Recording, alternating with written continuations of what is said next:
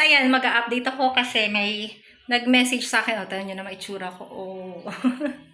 Busy sa gawaing bahay. So, may nag-message sa akin. Paano ba daw ako kumita? Ang mga videos ko naman daw, kakante ang views. Guys, yung mga videos ko diyan sa aking account ay long form video. Oo, pero segundo lang guys. Oo, kaya mukha lang siyang reels pero yun po ay long form. Now, bakit ako naglo-long form? Kasi ang rate po ng long form ay iba sa reels. Sa reels kasi kailangan yung maka 1K bago pa magkaroon.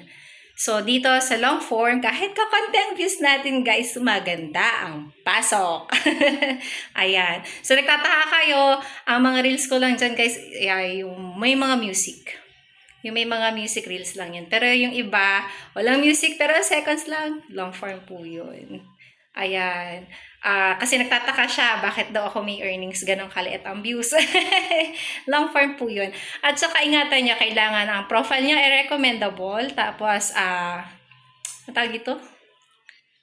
Walang violation. Oo. Ingatan nyo guys, lalo na dun sa mga wala pang content monetization. Gaya ko, ako naman po ay walang content monetization, pero kompleto naman po ang yung iba kong monetization.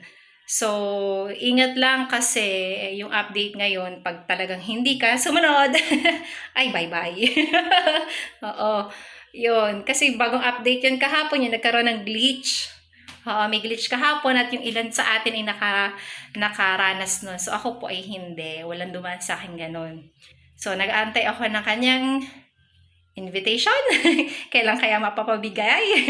Pero abang-abang lang tayo, guys. So, ayan. Yung sa pictures ko naman daw. Tatanong, bakit iba daw yung akin at saka sa kanila. So, ganito yan guys. Hindi lahat ng content natin ay pare-parehas po ang dinadaanan.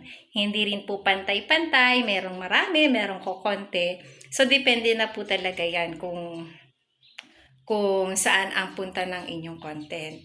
Kasi, meron diyang malaki ang views pero wala naman guys. Meron tayong maliit. Kaya nagugoy kayo, merong maliit, meron. Kasi depende talaga yan kaysa nanonood sa atin. So, tuloy lang. Tuloy lang. At ang mga content ay wala naman. Mga wala-wala din lang. Basta na din lang ako mag-content guys.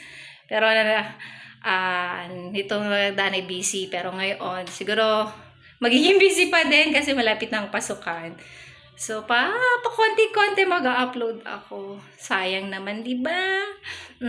Yung hindi ako umabot dun sa sa cut-off niya nung katapusan. So, sisipagan para makuha. At the same time, busy din naman ako dun sa kabila. Meron ako tinatrabahong kabila. Ibang account. May tinatrabaho ako ngayon. So, ayan.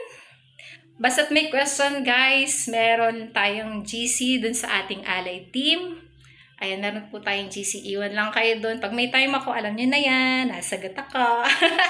Alam nyo yan, guys. So, ayan. Thank you and magandang tanghali.